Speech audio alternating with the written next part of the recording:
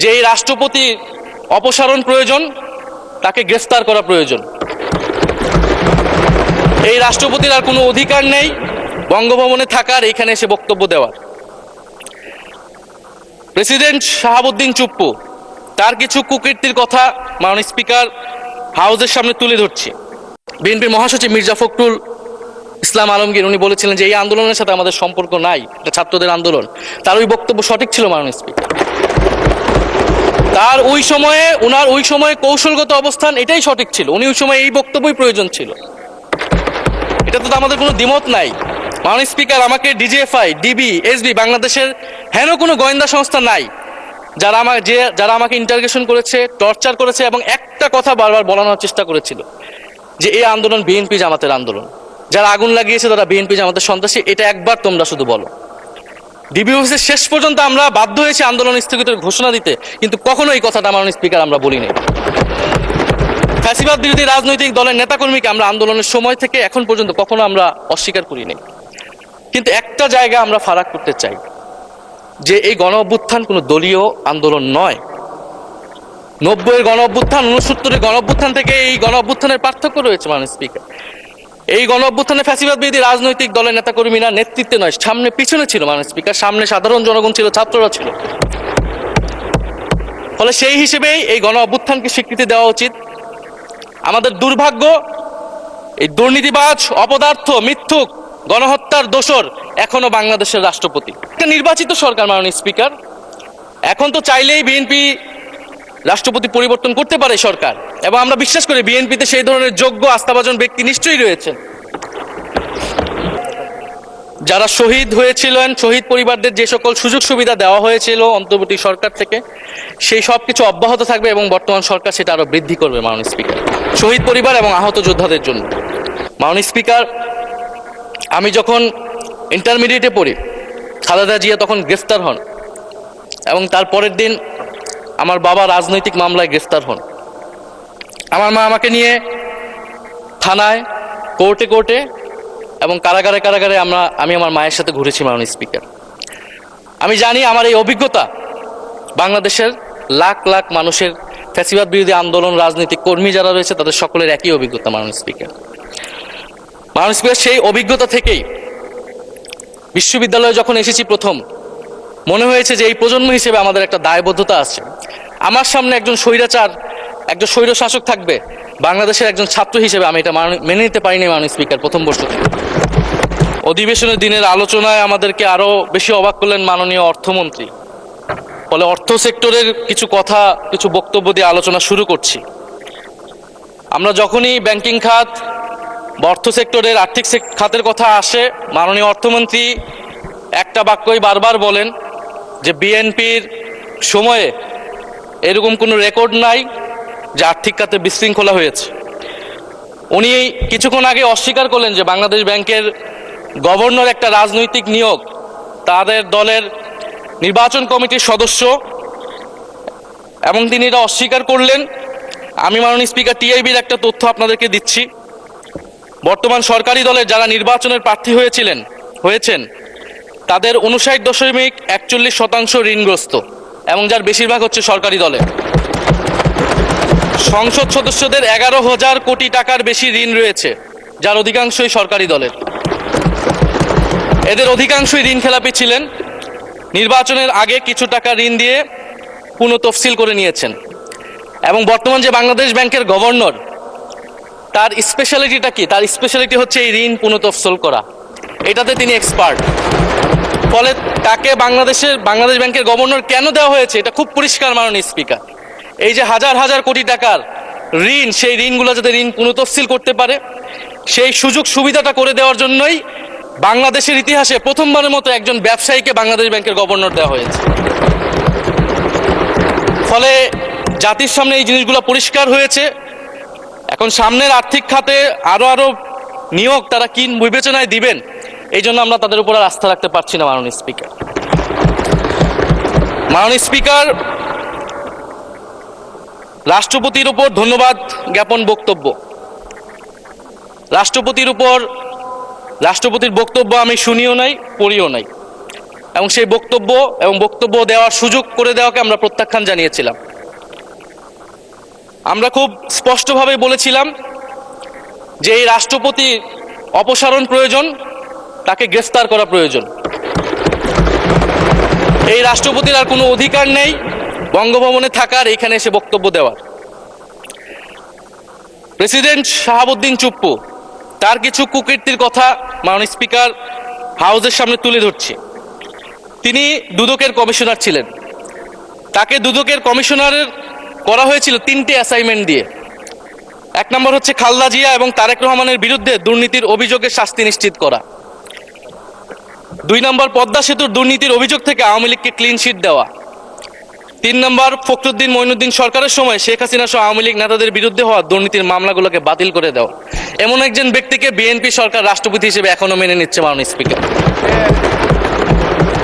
আরেকটি ঘটনা বলি, 2009 সালে শেখ হাসিনার ক্যাঙ্গারু আদালতের নির্দেশে এই শাহাবুদ্দিন চুপ্পুর নেতৃত্বে 3 সদস্যের judicial inquiry commission on minority torture in 2001 করেছিল শেখ হাসিনার ক্যাঙ্গারু কোর্ট।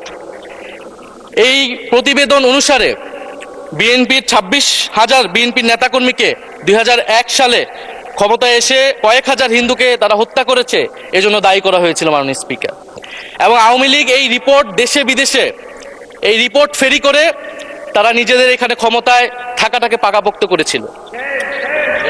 মাননীয় স্পিকার, এই রাষ্ট্রপতি চুপ্পু এস আলমের হাতে ইসলামী ব্যাংকে তুলে দেওয়ার কারিগর, 2 কোটি আমানতকারীকে পথে বসিয়েছিল। এবং জুলাই গণহত্যার সময় তার ভূমিকা, ফ্যাসিবাদের সাথে তার সংশ্লিষ্টতা সবকিছু আমরা জানি। আমাদের দুর্ভাগ্য, এই দুর্নীতিবাজ, অপদার্থ, মিথ্যুক, গণহত্যার দোসর এখনো বাংলাদেশের রাষ্ট্রপতি। একটা আলোচনা কয়েকবার এসেছে যে রাষ্ট্রপতির অধীনে কেন শপথ নিয়েছি আমরা বলতে এখানে ব্যক্তিগতভাবে আমার কথাই বলেছে, কারণ আমি এখানে শপথ নিয়েছিলাম। তো মাননীয় স্পিকার, সেই সময়ের প্রেক্ষাপট আর এখনকার প্রেক্ষাপট কি এক? জুলাই গণ অভ্যুত্থানের পরে 5ই আগস্টের পরে আমাদের সামনে 2টা অপশন ছিল। আমরা বলেছিলাম জাতীয় সরকার করতে হবে, সেই জাতীয় সরকারের প্রস্তাব বিএনপি নাকচ করে দিয়েছে। আমাদের সামনে আরেকটা অপশন ছিল ক্ষমতা আর্মির হাতে তুলে দেওয়া। যদি আমরা সেই দিকে আগাতাম, আজকে তারা এখানে বসতে পারতেন কিনা মাননীয় স্পিকার, সেটা সন্দেহ আছে। দেশের স্বার্থে, দেশের স্থিতিশীলার স্বার্থে আমরা সেই সময় সরকারে গিয়েছিলাম, আমরা শপথ নিয়েছিলাম। কিন্তু বৈষম্যবিরোধী ছাত্র আন্দোলন খুব স্পষ্টভাবে 2024 সালে কিন্তু এই রাষ্ট্রপতির অপসারণ চেয়েছিল। সেই সময় সাংবিধানিক ধারাবাহিকতার কথা বলে রাষ্ট্রপতির পক্ষে অবস্থান নিয়েছিল বিএনপির মহাসচিব মির্জা ফখরুল আলমগীর সাহেব, তিনি নিজেই কথা বলেছিলেন। ফলে এখন তো একটা নির্বাচিত সরকার মাননীয় স্পিকার, এখন তো চাইলেই বিএনপি রাষ্ট্রপতি পরিবর্তন করতে পারে সরকার, এবং আমরা বিশ্বাস করি বিএনপিতে সেই ধরনের যোগ্য আস্থাভাজন ব্যক্তি নিশ্চয়ই রয়েছেন। এবং সরকার দলের সদস্য অনেকে গৌরবের সাথে বলেছেন যে যেই রাষ্ট্রপতি জিয়াউর রহমানের বিরোধিতা করেছেন, সেই রাষ্ট্রপতি এখন জিয়াউর রহমানের প্রশংসা করছে। মাননীয় স্পিকার, গাধাকে দিয়ে আপনি হাল চাষ করিয়ে এটার মধ্যে কোনো বাহাদুরি নাই।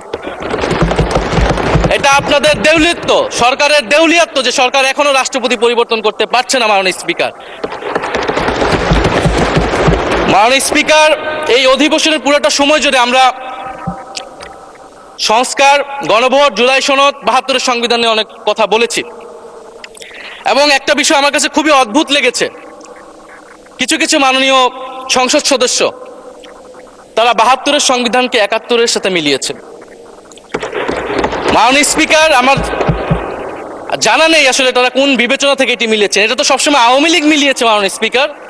তারা 72-এর সংবিধানকে 71-এর ফসল হিসেবে, 71-এর চেতনার সাথে মিলিয়েছে। 72-এর মূলনীতিকে 71-এর মূলনীতি বলে 71-এর আদর্শ হিসেবে প্রচার করেছেন। আমরা তো সেটার বিরোধিতা করেছি মাননীয় স্পিকার সবসময়, এবং বিএনপির বহু নেতা এটার বিরোধিতা করেছে মাননীয় স্পিকার। 72-এর সংবিধানের ক্রিটিসিজম, সমালোচনা 72 সাল থেকেই বাংলাদেশে শুরু হয়েছিল।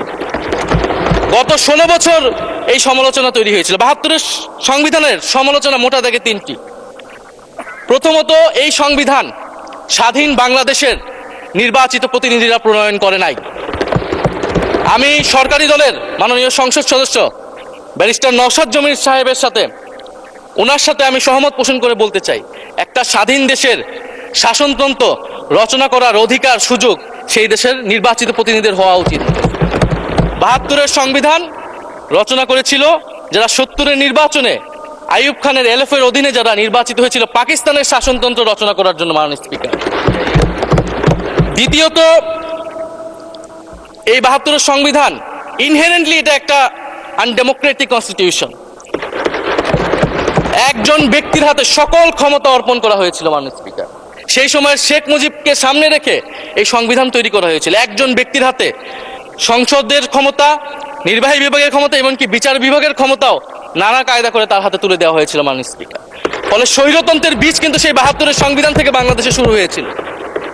এবং সবচেয়ে ইম্পর্টেন্ট, এই সংবিধান হচ্ছে মুজিববাদী আদর্শ দ্বারা রচিত হয়েছিল মাননীয় স্পিকার। ৭১-এর আদর্শ কিন্তু ৪ নীতি ছিল না মাননীয় স্পিকার। ৭১-এর আদর্শ ছিল সাম্য, মানবিক মর্যাদা, সামাজিক ন্যায় বিচার। ৭২-এর সংবিধানে এসে বলা হলো জাতীয়তাবাদ, বাঙালি জাতীয়তাবাদ, ধর্মনিরপেক্ষত্ব, গণতন্ত্র এবং সমাজতন্ত্র, এবং এটার বিরুদ্ধে বিদ্রোহ করেছিলেন মেজর জিয়াউর রহমান। মাননীয় স্পিকার, আজকে বিএনপি তার ফান্ডামেন্টাল জায়গা থেকে সরে যাচ্ছে মাননীয় স্পিকার। শুধু জামাত ইসলাম ৭২-এর বিরোধিতা করেছে বলে কি বিএনপি এখন আওয়ামী লীগের পজিশনে চলে গিয়েছে? আমাদের জানা নেই মাননীয় স্পিকার। ৭২-এর সংবিধানের বিরোধিতা করেছেন বদরুদ্দিন উমর, ৭২-এর সংবিধানের বিরোধিতা করেছেন মাওলানা ভাসানী, ৭২-এর সংবিধানের বিরোধিতা করেছেন কমরেড মুজাফফর আহমেদ, ৭২-এর সংবিধানের বিরোধিতা শত শত মুক্তিযোদ্ধারা করেছেন মাননীয় স্পিকার। ফলে এই ৭২-এর সংবিধানকে বাতিল করার একটা সুযোগ আমাদের এসেছিল ১৯৭৫ সালের সিপাহী জনতার বিপ্লবের মধ্য দিয়ে। জিয়াউর রহমানের এটা একটা ঐতিহাসিক ভুল বলবো মাননীয় স্পিকার, তার প্রতি সম্মান দেখে, যে আমরা সেই সময় সেই অপরচুনিটি মিস করেছি। আমরা একটা গণপরিষদ দিয়ে নতুন সংবিধান করতে পারি না, এবং এই অপরচুনিটি আমরা এই ২৪০০ মিস করেছি এবং এখনো করতে যাচ্ছি মাননীয় স্পিকার। মাননীয় স্পিকার, ৫ই আগস্টের পরে যখন সংস্কারের আলোচনা আসলো, বৈষম্যবিরোধী ছাত্র আন্দোলন তাদের পক্ষ থেকে আমরা বলেছিলাম আমরা নতুন সংবিধান চাই বা সংবিধান পুনর্লিখন চাই।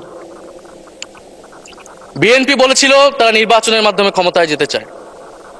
ফলে ৫ই আগস্টের পর থেকে রাস্তা দুটি আলাদা হয়ে গেছিল মাননীয় স্পিকার। তখন আমরা একটা মধ্যপন্থায় আসলাম যে আমরা সংস্কারে আসি। সেই জায়গা থেকে সংস্কার কমিশন ঐক্যমত, সেখানে আলোচনা হলো। এখন সাংবিধানিক সংস্কার পরিষদ করার কথা গণভোটে বলা হলো। এখন বিএনপি সেই জায়গা থেকে সরে গিয়েছে। এখন বিএনপি যদি সেই জায়গা থেকে সরে যায়, আমাদেরকে পূর্বের জায়গায় ফেরত যেতে হবে মাননীয় স্পিকার। সংবিধান পুনর্লেখনের দাবি আমাদেরকেও জানাতে হবে, তারা যদি ৭২-এর পক্ষে এরকম অটল অবস্থানে থাকে। জুলাই সনদ নিয়ে অনেক কথা হয়েছে মাননীয় স্পিকার। জুলাই সনদ, জাতীয় জুলাই সনদ, আমরা যেদিন স্বাক্ষর হয়েছিল, আমরা জাতীয় নাগরিক পার্টি সেদিন স্বাক্ষর অনুষ্ঠানে যাইনি মাননীয় স্পিকার, এবং পরবর্তীতে আমরা স্বাক্ষর করেছি বলা যায় না, আমরা সেখানে আমাদের কমেন্টটা দিয়ে এসেছিলাম মাননীয় স্পিকার। জুলাই জাতীয় সনদ, জুলাই গণ অভ্যুত্থানের পরবর্তীতে এত কষ্টের যে ফসলটাকে, সেইটাকে মাননীয় স্পিকার নোট অফ ডিসেন্ট দিয়ে সেটাকে কলুষিত করে ফেলা হয়েছে। যেদিন জুলাই জাতীয় সনদ স্বাক্ষর হয়, সেদিন জুলাই জাতীয় সনদের মেজর সংস্কারগুলোতেই পাশে একটা নোট লেখা হয়েছে যে কোনো রাজনৈতিক দল বা জোট তাদের নির্বাচনী ইস্তিহার উল্লেখপূর্বক যদি জনগণের ম্যান্ডেট লাভ করে, তাহলে তারা সেই মতো ব্যবস্থা গ্রহণ করতে পারবে। তাহলে যেই দল নির্বাচনে জয়ী হবে তারা তাদের ইস্তেহার অনুযায়ী সবকিছু করবে মাননীয় স্পিকার। এটার জন্য ঐক্যমতের কোনো প্রয়োজন হয় না। আপনি যদি নির্বাচনে জিতে আপনার ইস্তেহার মতোই সবকিছু করবেন, তাহলে আপনার সাথে আমার কিসের ঐক্যমত, কিসের আলোচনা? এবং সেই নোটগুলো কিভাবে লেখানো হয়েছে, কিভাবে বল প্রয়োগ করে, শক্তি প্রয়োগ করে ঐক্যমত কমিশনকে চাপ দিয়ে লেখানো হয়েছে মাননীয় স্পিকার, এটা ঐক্যমত কমিশনের আমি মনে করি এখন বলার সুযোগ এসেছে, সময় এসেছে। ফলে জুলাই জাতীয় সনদ কে আমরা একসেপ্ট সেই সময় করতে পারি নাই,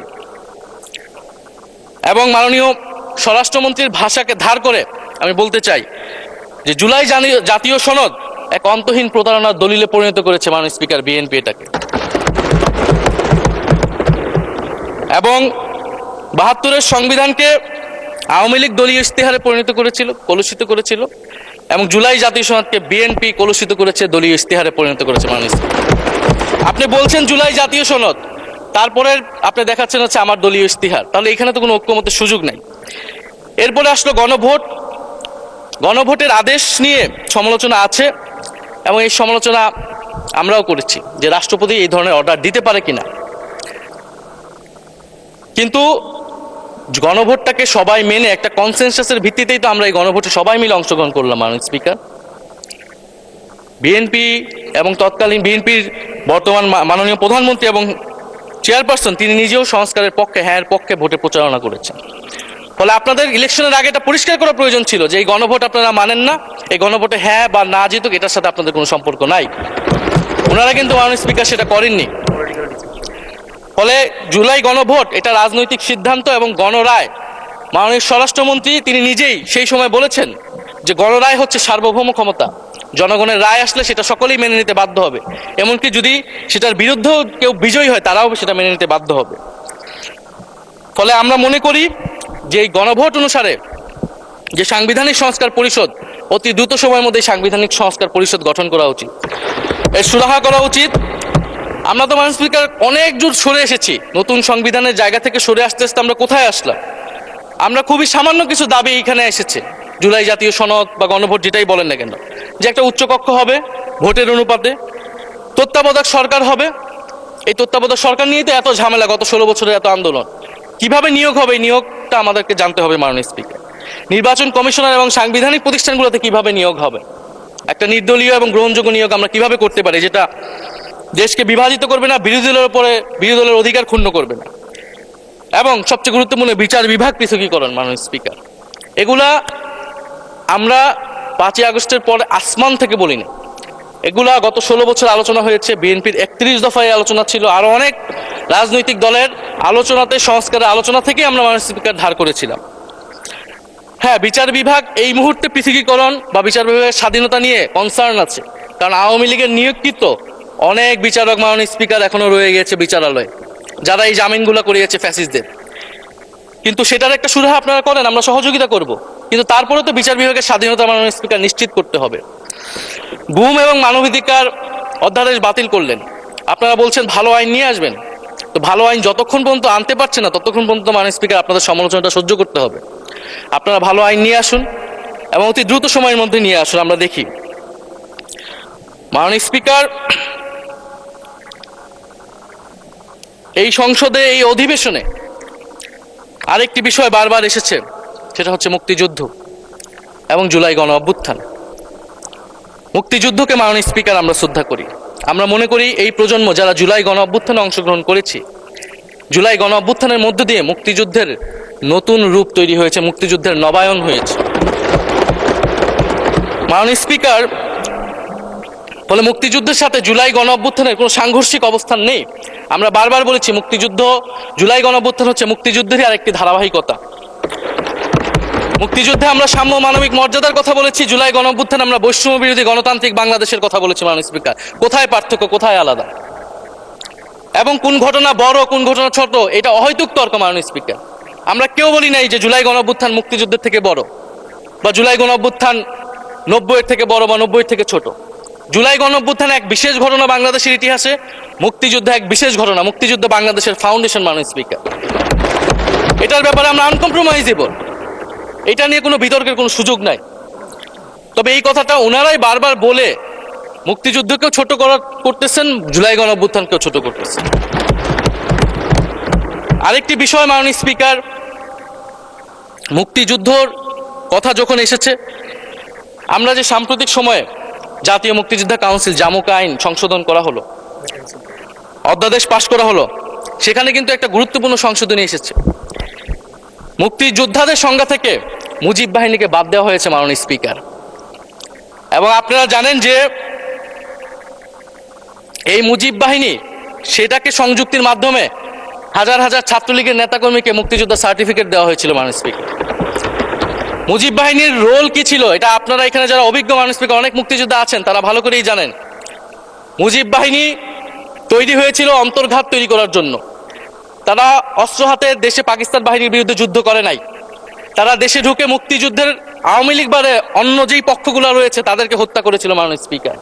ফলে মুজিব বাহিনী কিন্তু কোনো মুক্তিযোদ্ধা না বর্তমান আইন অনুসারে, কিন্তু এখানে অনেক মুজিব বাহিনীর কিছু লোক আছেন, তারা নিজেদেরকে মুক্তিযোদ্ধা হিসেবে বারবার জাহির করছে। ফলে আমাদেরকে এই ফারাকটাও করতে হবে মাননীয় স্পিকার। এবং মুক্তিযুদ্ধের পক্ষ বিপক্ষের রাজনীতি গত 50 বছর ধরে হয়েছে। আমরা এই সমাধান এখনো কেন করতে পারিনি মাননীয় স্পিকার? এর দায়ভার কে নেবে? বিএনপি কি নেবে না, যারা 29 বছর জামাতের সাথে রাজনীতি করেছে? একটা কথা তো এখন সবাই বলে, সাথে থাকলে সঙ্গী, না থাকলে জঙ্গি। বলে এটার দায়িত্ব ছিল তো উনাদের, এই রিকনসিলিয়েশন তৈরি করা, এই প্রশ্নের সুরাহা করা। জুলাই গণ অভ্যুত্থানের পরে, স্বাধীনতার 54-55 বছর পরে জাতীয় সংসদে মুক্তিযুদ্ধের পক্ষ আর বিপক্ষ বলে ভাগ থাকবে, এটা তো মাননীয় স্পিকার আমরা প্রত্যাশা করি না, এটা এই প্রজন্ম প্রত্যাশা করে না। আমি মাননীয় স্বরাষ্ট্রমন্ত্রীর সাথে একমত পোষণ করি যে ইতিহাসের এই বিতর্ক আমাদেরকে সমাধান করতে হবে, একপাশে রেখে সামনের দিকে এগিয়ে যেতে হবে, এবং এটা সব পক্ষকে এটার জন্য দায়িত্বশীল ভূমিকা পালন করতে হবে। মুক্তিযুদ্ধ যেমন কোনো দেশের ষড়যন্ত্র না, আবার মুক্তিযুদ্ধের নাম করে এদেশে যে লুটপাট ফ্যাসিবাদ কায়েম হয়েছে সেটাও আমাদের ভুলা যাবে না মাননীয় স্পিকার। মাননীয় স্পিকার, জুলাই গণ অভ্যুত্থান সকলের অংশগ্রহণে হয়েছিল, এটা আমরা বারবার বলেছি। তবে বিএনপির বিভিন্ন সদস্য তারা তাদের আলোচনায় বারবার বলার চেষ্টা করে যে আমরা ছিলাম না, আমরা তো এভাবে ছিলাম, এভাবে ছিলাম। এটা তো প্রমাণ করার প্রয়োজন নাই মাননীয় স্পিকার। এটা কেন এত হীনমন্যতা আমাদের এটা বুঝে আসে না। বিএনপি তো অবশ্যই জুলাই গণ অভ্যুত্থানে ছিল, আমাদের সাথেই ছিল, এবং সেই সময়ের একটা উক্তি বিএনপির মহাসচিব মির্জা ফখরুল ইসলাম আলমগীর, উনি বলেছিলেন যে এই আন্দোলনের সাথে আমাদের সম্পর্ক নাই, এটা ছাত্রদের আন্দোলন। তার ওই বক্তব্য সঠিক ছিল মাননীয় স্পিকার। তার ওনার ওই সময়ে কৌশলগত অবস্থান এটাই সঠিক ছিল, উনি ওই সময় এই বক্তব্যই প্রয়োজন ছিল, এটা তো আমাদের কোনো দ্বিমত নাই। মাননীয় স্পিকার, আমাকে ডিজিএফআই, ডিবি, এসবি, বাংলাদেশের হেন কোনো গোয়েন্দা সংস্থা নাই যারা আমাকে ইন্টারগেশন করেছে, টর্চার করেছে, এবং একটা কথা বারবার বলানোর চেষ্টা করেছিল যে এই আন্দোলন বিএনপি জামাতের আন্দোলন, যারা আগুন লাগিয়েছে তারা বিএনপি জামাতের সন্ত্রাসী, এটা একবার তোমরা শুধু বলো। ডিবি অফিসের শেষ পর্যন্ত আমরা বাধ্য হয়েছি আন্দোলন স্থগিতের ঘোষণা দিতে, কিন্তু কখনো এই কথাটা মাননীয় স্পিকার আমরা বলিনি। ফ্যাসিবাদ বিরোধী রাজনৈতিক দলের নেতাকর্মীকে আমরা আন্দোলনের সময় থেকে এখন পর্যন্ত কখনো আমরা অস্বীকার করিনি। কিন্তু একটা জায়গা আমরা ফারাক করতে চাই, যে এই গণ অভ্যুত্থান কোনো দলীয় আন্দোলন নয়। 90-এর গণ অভ্যুত্থান, 69-এর গণ অভ্যুত্থান থেকে এই গণ অভ্যুত্থানের পার্থক্য রয়েছে মাননীয় স্পিকার। এই গণ অভ্যুত্থানে ফ্যাসিবাদ বিরোধী রাজনৈতিক দলের নেতাকর্মীরা নেতৃত্বে নয়, সামনে পিছনে ছিল মাননীয় স্পিকার, সামনে সাধারণ জনগণ ছিল, ছাত্ররা ছিল। ফলে সেই হিসেবেই এই গণ অভ্যুত্থানকে স্বীকৃতি দেওয়া উচিত। এখন যদি বলা হয় যে অমুকের নেতৃত্বে এই গণ অভ্যুত্থান হয়েছে, আমাদের লোকেরা এই গণ অভ্যুত্থান করেছে, এটা মাননীয় স্পিকার এই গণ অভ্যুত্থানের সাথে যারা সাধারণ মানুষ নেমেছিল, যারা শহীদ হয়েছে, তাদের সাথে মাননীয় স্পিকার বিশ্বাসঘাতকতা করা হবে।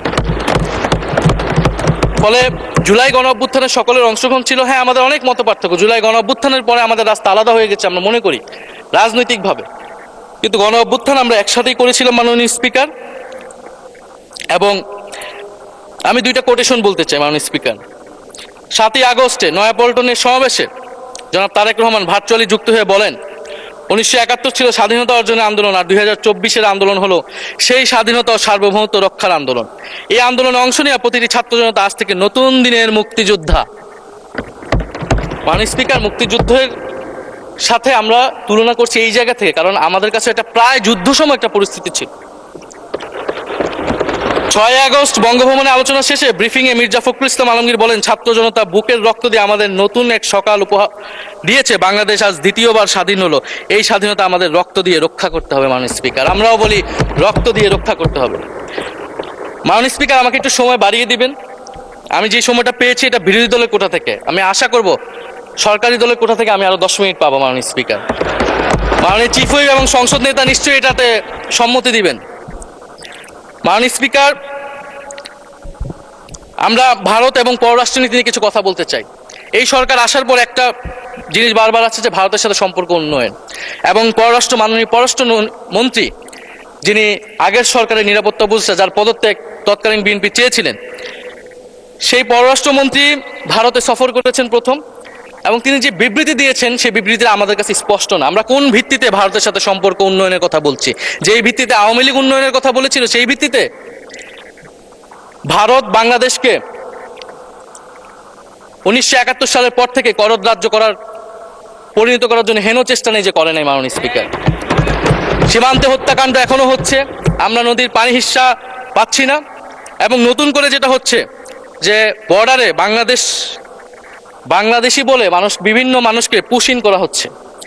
2025 সালে 2 মাসে 4,000 মানুষকে বাংলাদেশে পুশ ইন করেছে ভারত, ইন্ডিয়ান এক্সপ্রেস অনুযায়ী। মাননীয় স্পিকার, এক ভয়ঙ্কর সংকট সামনের দিনে আমাদের দিকে কিন্তু আসতে যাচ্ছে।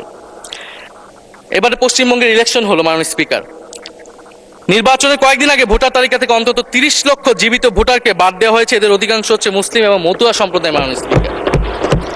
এবং এনআরসি তারা করেছে, বাংলাভাষী মুসলমানদেরকে তারা বাংলাদেশি বলে বিতাড়িত করছে এবং বাংলাদেশে পুশ ইন করার চেষ্টা করছে। এবং আমাদের যে ভারতের সাথে আগের সংকট রয়েছে এবং গত 16 বছর যে ফ্যাসিজম ছিল, সেটাকে আঞ্চলিক এবং আন্তর্জাতিকভাবে আওয়ামী লীগকে স্পষ্টভাবে সমর্থন দিয়েছিল ভারত। এবং এখনো জুলাইয়ের গণহত্যাকারী খুনি শেখ হাসিনা, ওসমান হাদির হত্যাকারীরা সবাই ভারত তাদেরকে আশ্রয় দিয়েছে। ফলে ভারতের সাথে এই বিষয়গুলো নিয়ে আমাদের সরকার কি কথা বলেছে, এটা মাননীয় স্পিকার আমরা জানতে চাই। ভারতের সাথে সম্পর্ক আমরা উন্নয়ন করতে চাই, ভারত আমাদের প্রতিবেশী দেশ, কিন্তু মর্যাদার ভিত্তিতে, সাম্যের ভিত্তিতে এই সম্পর্ক হতে হবে মাননীয় স্পিকার।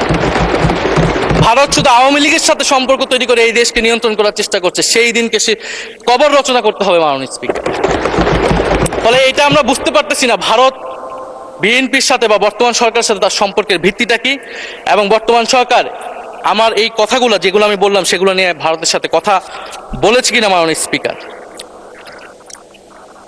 মাননীয় স্পিকার, দুর্নীতি নিয়ে অনেক কথা হয়, আমি ঋণ খেলাপির পরিসংখ্যানগুলো দিলাম এবং নির্বাচনের বিধান অনুযায়ী ঋণ খেলাপিকে নির্বাচনে প্রার্থী হতে পারবে না, কিন্তু আমরা দেখলাম নির্বাচনের আগে কিছু টাকা পরিশোধ করে ঋণ পুনঃতফসিল করে তারা সংসদ সদস্য বেশি আসলেন মাননীয় স্পিকার। মাননীয় স্পিকার, আমি কিছু সংখ্যা বলছি। 1,700 কোটি টাকা, 765 কোটি টাকা, 679 কোটি টাকা, 621 কোটি টাকা, 201 কোটি টাকা, 182 কোটি টাকা, 97 কোটি টাকা। মাননীয় স্পিকার, এগুলো আমাদের সংসদ সদস্য যারা তাদের ঋণ রয়েছে মাননীয় স্পিকার। এবার আমি নাম বললাম না, কিন্তু পরের সেশনে কিন্তু মাননীয় স্পিকার আমি নাম ধরেই কথা বলবো, এগুলা ফ্যাক্ট। এবং এখনো 2 জন আসতে পারে নাই এই কারণে। এখন দুর্নীতির বিরুদ্ধে তো যুদ্ধ ঘোষণা হয়েছে, এখন এই ঋণগুলো কবে বাংলাদেশের জনগণ ফেরত পাবে, বাংলাদেশের ব্যাংক ফেরত পাবে মাননীয় স্পিকার, এটা আমরা জানতে চাই। মাননীয় স্পিকার, যদি সময় একটু বাড়িয়ে দেন। হ্যাঁ, মাননীয় সদস্য, আপনি আবেদন জানিয়েছিলেন, এর মধ্যে ট্রেজারি বেঞ্চের যে চিফ হুইপ আছেন, মাননীয় চিফ হুইপ, উনি আমাকে জানিয়েছেন উনার সময় 20 মিনিট বরাদ্দ ছিল, সেখান থেকে 5 মিনিট উনি কর্তন করে আপনাকে দিয়েছেন। তো আপনি 5 মিনিটের মধ্যে দয়া করে শেষ করবেন। থ্যাংক মাননীয় ইউ। স্পিকার, আর মাননীয় প্রধানমন্ত্রীর থেকে আরো 5 মিনিট আমি রিকোয়েস্ট করছি মাননীয় স্পিকার। আর যদি 5 মিনিটে শেষ করতে পারে আমি শেষ করে দিব, কোনো সমস্যা নেই মাননীয় স্পিকার। ফলে আমরা দুর্নীতির কথা বলা হচ্ছে, 16 বছরে আওয়ামী লীগের যে দুর্নীতি, সেই দুর্নীতি থেকেও বড় হয়ে গেছে অন্তর্বর্তী সরকারের সময় ছাত্র সমন্বয়করা কি দুর্নীতি করেছে মাননীয় স্পিকার। ছাত্র সমন্বয়করা খুবই খারাপ, তারা মন্ত্রণালয়ে ঘুরেছে, দুর্নীতি করেছে, কিংস পার্টি করেছে। তো মাননীয় স্পিকার, গত আওয়ামী লীগের আমলে 16 বছরের দুর্নীতির বিচার ওনারা কিভাবে করবেন সেইটা মাননীয় স্পিকার ওনাদের বলা উচিত জনগণের সামনে। এবং আরো ভালো হয় যদি 2001 থেকে 6 সাল পর্যন্ত মাননীয় স্পিকার যে দুর্নীতির অভিযোগগুলো এসেছিল সেটারও একটা স্বচ্ছ তদন্ত মাননীয় স্পিকারের বর্তমান সরকার করে। দুর্নীতি কেউ না কেউ তো করেছে, কারা করেছে তাদের নাম বাংলাদেশের জনগণের সামনে উন্মুক্ত করা হোক, কারণ সেটার জন্যই তাদেরকে ভোগান্তি পোহাতে হয়েছে 1/11 ষড়যন্ত্রের মাধ্যমে। বর্তমান প্রধানমন্ত্রী, তাকেও কিন্তু দুর্নীতির মিথ্যা অভিযোগ দিয়ে মাননীয় স্পিকার তার বিরুদ্ধে মামলা করা হয়েছিল। মাননীয় স্পিকার, মাননীয় স্বরাষ্ট্রমন্ত্রীর দৃষ্টি আকর্ষণ করছে, একটু আইন শৃঙ্খলা নিয়ে কথা বলি। 2 মাসে বিএনপির হাতে খুন হয়েছে 31 জন, ধর্ষণের ঘটনা ঘটেছে 14টি, বিএনপির চাঁদাবাজির খবর এসেছে 83টি, হামলার ঘটনা এসেছে 154টি। এর একটিতে সরকার কার্যকর কোনো ব্যবস্থা গ্রহণ করেনি। মাননীয় স্পিকার, শাহবাগ থানার সামনে ঢাকা বিশ্ববিদ্যালয়ের সাংবাদিক সমিতির কয়েকজন সদস্যকে বেধড়ক মারধর করেছে ছাত্র দলের নেতাকর্মী, এবং এটার এখনো কোনো মামলা নেয়নি। মাননীয় স্বরাষ্ট্রমন্ত্রী যদি জানান এই মামলাটা কেন নেওয়া হচ্ছে না। থানার ভিতর প্রবেশ করে ওসির রুমে ডাকসুর 2 জন নির্বাচিত প্রতিনিধিদের উপর হামলা করা হয়েছে। মাননীয় স্পিকার, ঢাকা বিশ্ববিদ্যালয়ের সাংবাদিক সমিতি, মাননীয় স্পিকার আপনি জানেন আপনি ঢাকা বিশ্ববিদ্যালয়ের ছাত্র, মহসিন হলের, আমিও মহসিন হলের ছাত্র। মাননীয় স্পিকার, ঢাকা বিশ্ববিদ্যালয়ের সাংবাদিক সমিতির একটা বড় ভূমিকা আছে বাংলাদেশের গণতান্ত্রিক আন্দোলনগুলোতে, আমাদের বিশ্ববিদ্যালয়ের গণতান্ত্রিক আন্দোলনগুলোতে। মাননীয় স্পিকার, মাজার হামলা নিয়ে কিছু কথা বলতে চাই। এই সরকারের আমলেও আমরা দেখলাম যে কুষ্টিয়ায় মাজারে হামলা করে একজনকে হত্যা করা হয়েছে। মাননীয় স্পিকার, এটা আমরা নিন্দা এবং প্রতিবাদ জানাই। আমরা কোনো ধর্মীয় বিতর্কে ঢুকবো না, সেটা নিয়ে আমাদের আলেম ওলামাগণ ব্যাখ্যা করবেন, কিন্তু আমরা রুল অফ ল নিয়ে কথা বলতে চাই। মাননীয় স্পিকার, এই ধরনের ঘটনা কোনোভাবেই গ্রহণযোগ্য হতে পারে না এবং অন্তর্বর্তী সরকারের সময় এই ধরনের ঘটনা অনেক ঘটেছে, আমরা তারও নিন্দা জানাই এবং সকল ঘটনার তদন্ত এবং বিচার হওয়া উচিত মাননীয় স্পিকার এই সময়ের মধ্যে। মাননীয় স্পিকার, জঙ্গিবাদ নিয়ে নতুন করে কথা আসছে, সরকারের প্রতি অনুরোধ থাকবে আপনারা একটু সমন্বয় করে বক্তব্য দিন। স্বরাষ্ট্রমন্ত্রী বলছেন জঙ্গিবাদ নেই, আবার মাননীয় প্রধানমন্ত্রীর উপদেষ্টা বলছেন জঙ্গিবাদ আছে, জঙ্গি আছে। তো ওনাদের বক্তব্যটা পরিষ্কার হলে আমরাও এই বিষয়ে আমাদের অবস্থান বা বক্তব্যটা পরিষ্কার করতে পারবো। তবে একটা জিনিস, যে জঙ্গিবাদের বিরুদ্ধে আমাদের জিরো টলারেন্স। মাননীয় স্পিকার, এটা বাংলাদেশের সিকিউরিটি প্রশ্ন এবং এটা সরকার এককভাবে ডিল করতে পারবে না, এটা জাতীয় ঐক্য লাগবে এবং সরকারকে আমরা সর্বাত্মকভাবে সহযোগিতা করবো এই বিষয়ে। তবে বিগত আমলের মতো এবং ওয়ারেন্ট টেররের প্রজেক্ট হিসেবে যাতে বাংলাদেশে কোনো জঙ্গিবাদের নাটক না হয় মাননীয় স্পিকার, এটাও আমাদের মাথায় রাখবে। মাননীয় স্পিকার, আমাদের দেশের প্রধান একটা জনগোষ্ঠী হচ্ছে কৃষক, আমরা সবাই কৃষক পরিবারের সন্তান। সরকার কৃষি কার্ড দিচ্ছে, এটা সরকারকে সাধুবাদ জানাই। তবে সরকার গত বছরের যে দামে কৃষক থেকে ধান এবং চাল কিনেছে, এই বছর ঠিক একই দামে কৃষক থেকে ধান কিনছে, এটার ফলে কৃষকদের কিন্তু মাননীয় স্পিকার লোকসান হচ্ছে। ডিজেলের দাম বৃদ্ধি হয়েছে, সেচ খরচ, সার, বীজ, শ্রমিক মজুরি সব মিলিয়ে মাননীয় স্পিকার বোরো মৌসুমে ধানের উৎপাদন খরচ উল্লেখযোগ্যভাবে বেড়েছে। একদিকে কৃষি কার্ড দিবেন, আরেকদিকে ধানের ন্যায্য মূল্য আপনারা কৃষককে দিবেন না, এটা মাননীয় স্পিকার কোনো সমাধান বলে আমরা মনে করি না। মাননীয় স্পিকার, আমরা জুলাই গণহত্যার বিচার নিয়ে মাননীয় আইনমন্ত্রীকে এখন পর্যন্ত কোনো ব্রিফিং মাননীয় সংসদে করতে শুনি নাই, হয়তো আমার মিস হয়ে যেতে পারে। আমরা আশা করব উনি প্রতি অধিবেশনে সংসদে এবং সংসদের বাইরে আমাদের ট্রাইব্যুনালের চিফ প্রসিকিউটর আছেন, মাননীয় আইনমন্ত্রীর থেকেও আমরা জুলাই গণহত্যার বিচার প্রক্রিয়া কতটুকু আগাচ্ছে, কিভাবে আগাচ্ছে, এটা নিয়ে আমরা স্বচ্ছ বক্তব্য ওনাদের কাছ থেকে, সরকারের কাছ থেকে মাননীয় স্পিকার আশা করি। আমরা আশা করি মাননীয় স্পিকার, যে জুলাই যারা শহীদ হয়েছিলেন, শহীদ পরিবারদের যে সকল সুযোগ সুবিধা দেওয়া হয়েছিল অন্তর্বর্তী সরকার থেকে, সেই সব কিছু অব্যাহত থাকবে এবং বর্তমান সরকার সেটা আরো বৃদ্ধি করবে মাননীয় স্পিকার, শহীদ পরিবার এবং আহত যোদ্ধাদের জন্য। মাননীয় স্পিকার, আর 2 মিনিট যদি বৃদ্ধি করতেন আমি শেষ করে দিব। 2 মিনিট। জি, 2 মিনিট বৃদ্ধি করা হলো। মাননীয় স্পিকার, আমরা এই জুলাই গণ অভ্যুত্থানে এই প্রজন্ম কর্মসংস্থানের বড় একটা দাবি নিয়ে কিন্তু মাননীয় স্পিকার চাকরির আন্দোলন থেকে আন্দোলনটা শুরু হয়েছিল। ফলে আমরা আশা করব এই সরকারের সময় কর্মসংস্থানের সুরাহা হবে এবং সেটার জন্য আর্থিক খাতে দুর্নীতি বন্ধ করতে হবে, বিনিয়োগ আনতে হবে এবং চাকরিতে স্বজনপ্রীতি, দুর্নীতি এগুলো একদম বন্ধ করতে হবে মাননীয় স্পিকার, সরকারি চাকরিতে বিশেষত। মাননীয় স্পিকার, একটা বিষয় যে সরকার এখন বলে দিচ্ছে যে বিরোধী দল কিভাবে কথা বলবে, কিভাবে বিরোধিতা করবে এবং বিরোধী দলের পতনও হয়ে যাবে, এরকম কথা মাননীয় স্পিকার সংসদে আমাদের শুনতে হচ্ছে। তো বিরোধী দল তো মাননীয় স্পিকার সরকারের প্রেসক্রিপশন অনুযায়ী বিরোধিতা করবে না, সরকারের শিখিয়ে দেওয়ার প্রয়োজন নাই কিভাবে কথা বলবে, কিভাবে বিরোধিতা করবে। বিরোধী দল বিরোধিতা করবে, সমালোচনা করবে, জনগণ এটা ঠিক করবে বিরোধী দলকে কতটুকু সমর্থন দিবে কি দিবে না। এবং বিরোধী দলের রাজনীতি মাননীয় স্পিকার বিএনপি করেছে, আমরা দেখেছি, তখন ছোট ছিলাম। মাননীয় স্পিকার, আমি যখন ইন্টারমিডিয়েটে পড়ি, খালেদা জিয়া তখন গ্রেফতার হন এবং তার পরের দিন আমার বাবা রাজনৈতিক মামলায় গ্রেফতার হন। আমার মা আমাকে নিয়ে থানায়, কোর্টে এবং কারাগারে আমি আমার মায়ের সাথে ঘুরেছি মাননীয় স্পিকার। আমি জানি আমার এই অভিজ্ঞতা বাংলাদেশের লাখ লাখ মানুষের, ফ্যাসিবাদ বিরোধী আন্দোলন, রাজনৈতিক কর্মী যারা রয়েছে তাদের সকলের একই অভিজ্ঞতা মাননীয় স্পিকার। মাননীয় স্পিকার, সেই অভিজ্ঞতা থেকেই বিশ্ববিদ্যালয়ে যখন এসেছি প্রথম, মনে হয়েছে যে এই প্রজন্ম হিসেবে আমাদের একটা দায়বদ্ধতা আছে। আমার সামনে একজন স্বৈর শাসক থাকবে, বাংলাদেশের একজন ছাত্র হিসেবে আমি এটা মেনে নিতে পারিনি মাননীয় স্পিকার প্রথম বর্ষ থেকে। সেই জায়গা থেকে কাজ করেছি জুলাই গণ অভ্যুত্থানে।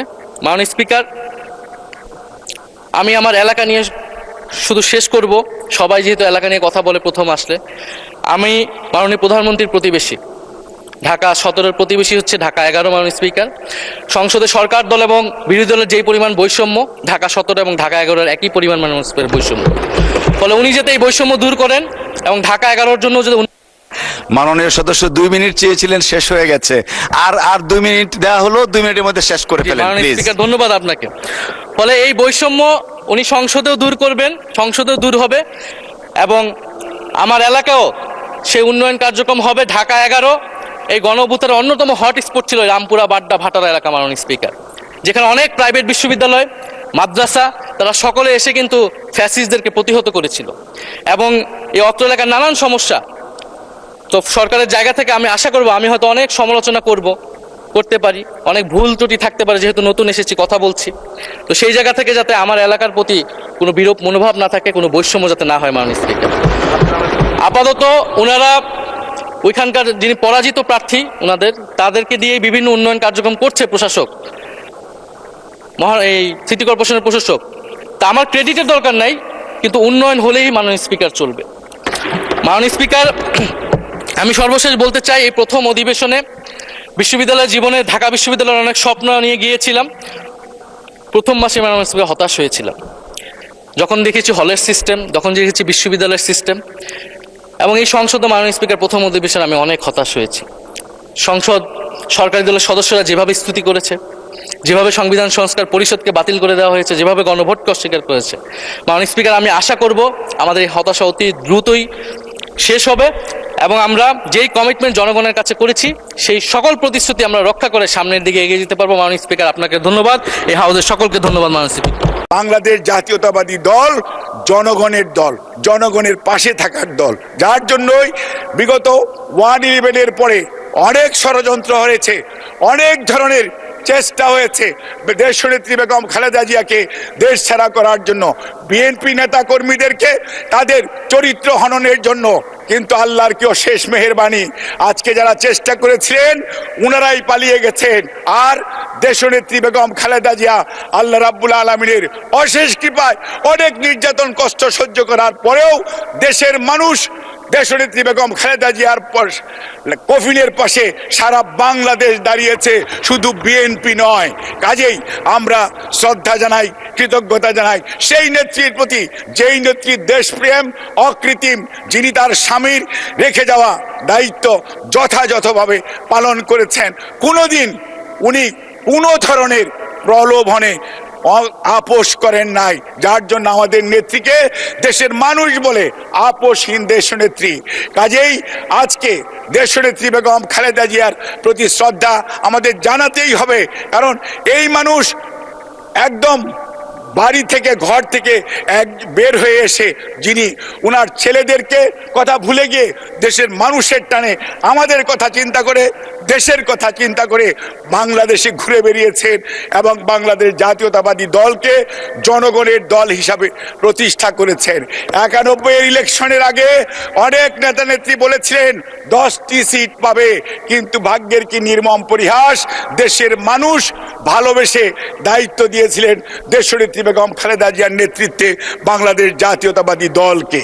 কাজেই আমরা শ্রদ্ধা জানাই সেই নেত্রীকে। আর এই তো সেই নেত্রী, যেই নেত্রী কথা এবং কাজে মিল রেখেছেন। জনগণের দাবি ছিল, অনেকে আমাদের সাথে ছিলেন, কিন্তু অনেকে আমরা দেখেছি যমুনা ব্রিজ যেই দিন উদ্বোধন হবে ওই দিনও হরতাল করেছেন। আমরা দেখেছি যখন ভ্যাট চালু হলো তখনও হরতাল করেছেন। আজকে সবাই বলেন ভ্যাট নাকি এই দেশের অর্থনীতির মেরুদণ্ডের অন্যতম। কাজেই দেশনেত্রী বেগম খালেদা জিয়া এবং বাংলাদেশ জাতীয়তাবাদী দল এমন একটি দল, যেই দল দেশের মানুষের কথা চিন্তা করে, মানুষের কল্যাণের কথা চিন্তা করে। আজকেও অনেকে অনেক সমালোচনা করছেন, অনেকে অনেক আলোচনা করছে, আমি ওই আলোচনায় যেতে চাই না। কে বড় কে ছোট, ইতিহাস তার যথাযথ স্থান নির্ধারণ করবে। কাজেই এই দায়িত্ব আমি নিজে নিতে চাই না, কিন্তু এটা আমাকে অত্যন্ত কষ্ট দেয়। আজকে কেন আপনারা 47 বলেন, 52 বলেন, 69 বলেন, 71 বলেন, 75-এর 7ই নভেম্বর বলেন, 90-এর স্বৈরাচার বিরোধী আন্দোলন বলেন, 24-এর জুলাই আগস্ট বলেন, কাউকে ছোট বা বড় করে আমরা যতই বক্তৃতা করি না কেন, যতই গলাবাজি, কথাটা ঠিক আসে কিনা জানি না সংসদীয় ল্যাঙ্গুয়েজে, অর্থাৎ আমরা যতই উচ্চ স্বরে কথা বলি না কেন, কিচ্ছু লাভ হবে না। ইতিহাসে আমার স্থান নির্ধারিত হয়ে যাবে প্রত্যেকটা ঘটনার গুরুত্ব উপলব্ধি করে। কাজেই দেশের মানুষ দেখতেছে আমি কি বলছি, আমরা কি বলতেছি। কাজে আমাদের কথাবার্তা, অঙ্গভঙ্গি, চাল চলন, আজকে 2026 সনের 30 এপ্রিল দাঁড়িয়ে আমরা যদি সেই মরহুম শাহেদ আলী সাহেবের মতো ঘটনার চিন্তা করি অথবা অন্য কোনো ঘটনার চিন্তা করি, তাহলে সত্যিকার অর্থে আজকের যে জেনারেশন জেড বলেন, অথবা আমার মেয়েদের কথাই বলি বা আমার ছেলে মেয়েদের কথাই বলি, আগামী জেনারেশনের কথাই বলি, তারা তো এটা চায় না। আমরা যতই নিজেদের মধ্যে কথাবার্তা বলি না কেন, মানুষ চায়, কৃষক চায় তার উৎপাদিত পণ্যের ন্যায্য মূল্য। যে ছেলেটার চাকরি নয় সে তার কর্মসংস্থানের সুযোগ চায়।